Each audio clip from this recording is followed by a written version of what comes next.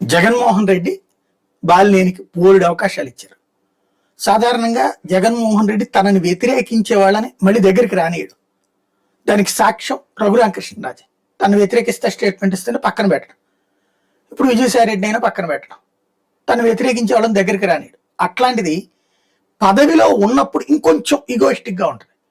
అయినా సరే తగ్గి ఒగ్గి అనేక సార్లు జగన్ని ఓపెన్గా తిట్టిన, మంత్రిగా ఉన్నప్పుడు మంత్రిగా దిగిపోయాక కూడా జగన్ని అనేక రకాలుగా నిందించిన, పార్టీని అనేక రకాలుగా ఇబ్బంది పెట్టిన, బంధువు అనే ఉద్దేశమా లేకపోతే బలమైన నాయకుడు అనే ఉద్దేశమా, బాలినేనికి క్షమాపణలు చెప్పారనాలా లేకపోతే వివరణలు ఇచ్చుకున్నారో పదే పదే దగ్గరికే లాక్కున్నాడు జగన్మోహన్ రెడ్డి.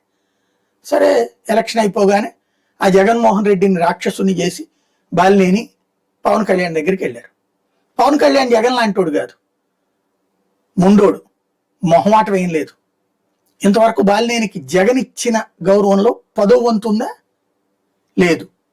ఇప్పుడు బాలినేని తెలుగుదేశం మీదకి వెళ్తున్నాడు. సిట్టింగ్ ఎమ్మెల్యే దామోదరం మీదకి వెళ్తున్నాడు. యాక్సెప్ట్ చేస్తారా? అక్కడ దామచర్ల మీదకి వెళ్తున్నారు. యాక్సెప్ట్ చేస్తారా?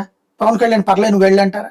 పవనే చెప్తున్నారు కదా, సర్దుకోండి, 15 సంవత్సరాలు సర్దుకోండి.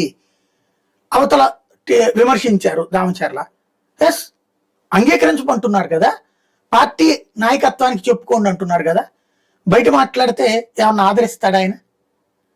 కాబట్టి పవన్ జగన్ లాంటోడు కాదు. అది బాలినేని విషయంలో చాలా జాగ్రత్తగా చూసుకోవాల్సిన అంశం.